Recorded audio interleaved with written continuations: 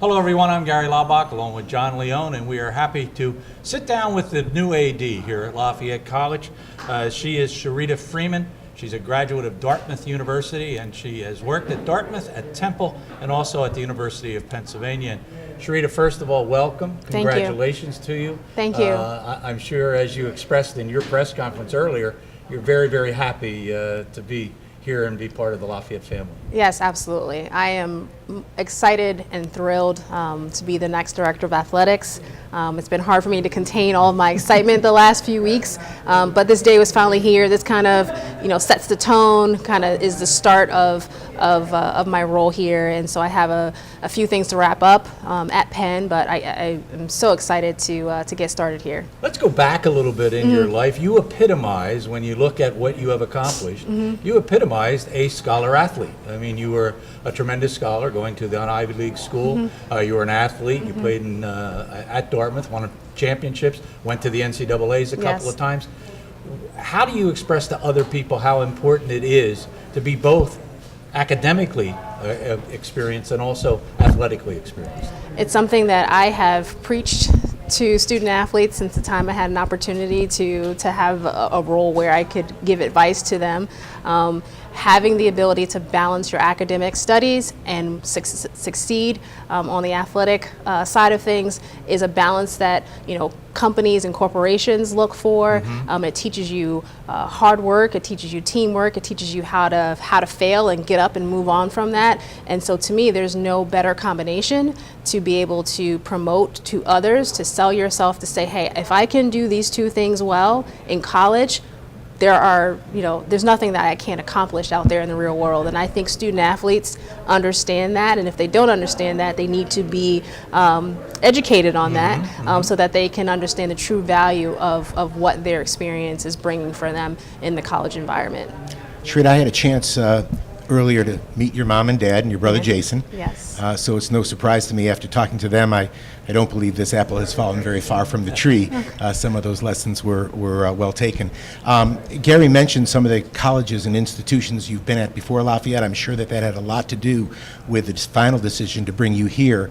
And you served in a number of different roles in at those places. Is there one in particular that you feel suited you or prepared you best for being taking on your own program? Yeah, I mean, I would have to say this last opportunity at Penn as the Senior Associate Athletic Director and Senior Woman Administrator was the epitome of the position that I needed to have the foundation to be a director of athletics.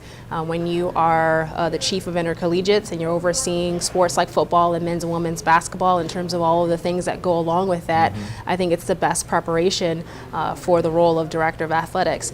There are obviously other professional development pieces that needed to take place along the way, so it's not just the job that I had, but it was all the other things that needed to go along with that, the NCAA Pathway Program, the Leadership at Penn program, and just the individual mentorship conversations that I've had with Grace Calhoun and other people. Those are all the things that combined, I think, put me in a position to be able to land such an opportunity. But I feel like I'm extremely prepared and ready to go, and will always rely on the people that I have worked with in the past to be able to give me the advice that they've always given me. That won't change. You lead right into my next question. Are there similarities with working in the Ivy League and then coming to the Patriot League? And are there differences working in the Ivies and coming to the Patriot League? Absolutely. Tons of similarities. High academic institutions, elite academic institutions. And so understanding the recruiting process and what it takes to bring attractive young people to the college is something that is very similar to the Ivy League. One of the things that the Patriot League has that the Ivy League doesn't, though, is scholarships. So I think that will make a significant difference in terms of what the process will look like, but there are certainly tons of similarities, for sure. Again, that leads into one of my questions. Scholarships are relatively new. They've not been a panacea. And there are challenges, and I know as a good Ivy League student and being around the Ivies, you've done your homework. And you've probably done a little bit of homework on Lafayette and are probably familiar with some of the challenges we face here. Share some of those with us, and if you can, it's awfully early, what possible remedies for them? Yeah, I think it's relatively early, and so I don't want to identify things as challenges and say this is exactly what we want to do. But whether it's scholarships, whether it's resources, whether it's goals and expectations, and I'm sure there are certainly other things that will be presented as challenges for this position. You attack them with a problem-solving attitude, and that's something that I've utilized in the past with any issue that I've been brought to. You gather your team together, you identify what the areas of problems are or hurdles that you'll have to overcome, and you figure out how to solve it. You utilize the resources that you have on campus, you get people involved, you get people on board to say, you know what, we're going to figure this out. And so no matter what it is, I think there's going to be certainly a path to success for us, and it will take some time. But I think identifying all of the challenges specifically, so not just kind of hearing them from other people, but getting in here and kind of seeing for myself is going to be one of the first things I'm going to need to do. And then from there, we'll start to attack things one by one until we get to where we want to get to. John and I have many opportunities to talk to alumni, to talk to coaches, to talk to players. We see them all, we hear them all, we hear what everybody is saying. Obviously, anytime you're the head of any group, it's the product that becomes the most important thing. Yeah. The good news here, the product is tremendous young people. Yes. You've got great men and women here, young men and women who graduate and will go on to great successes. The bad news is wins and losses just have not happened the way everybody really wants to see them. Yeah. And I know you're early on and you're going to have to do a lot of research and try to figure this out, but I noticed in your press conference one of your goals is excellence in terms of wins and losses. Yes. Excellence in wins and losses and a positive student-athlete experience, and I think they go hand in hand. I think the more opportunities that a student-athlete has to celebrate while they're competing, the better their experience is. And so for me, why I do the job I do every single day is because I want to provide the best student-athlete experience that we can. And in order to do that, we're going to have to get them to a point where they're winning some games and that they're winning some championships. And so changing the attitude, changing the approach will be something we'll have to look at in terms of how we start to do that. But some of it is just internal. It's just changing your perspective. It's changing your outlook.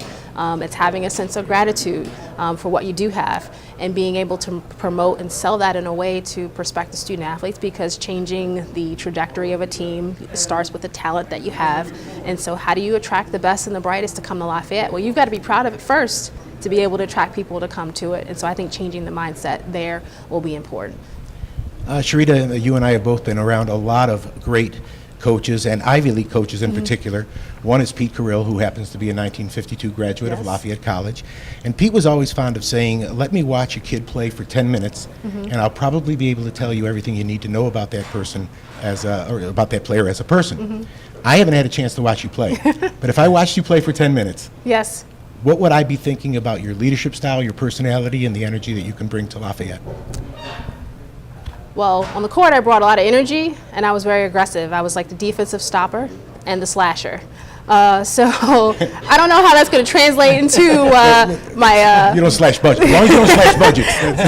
But I think what it says is that I'm competitive. You know, I'm a fighter. And so, and I think one of the other things too is that, you know, I want to serve in the role that I need to serve. And so when you're a member of the team, you got to do what you got to do so that you guys can win championships. So if you need me to go out there and stop their number one offensive player, well, then I'm going to go out there and do that.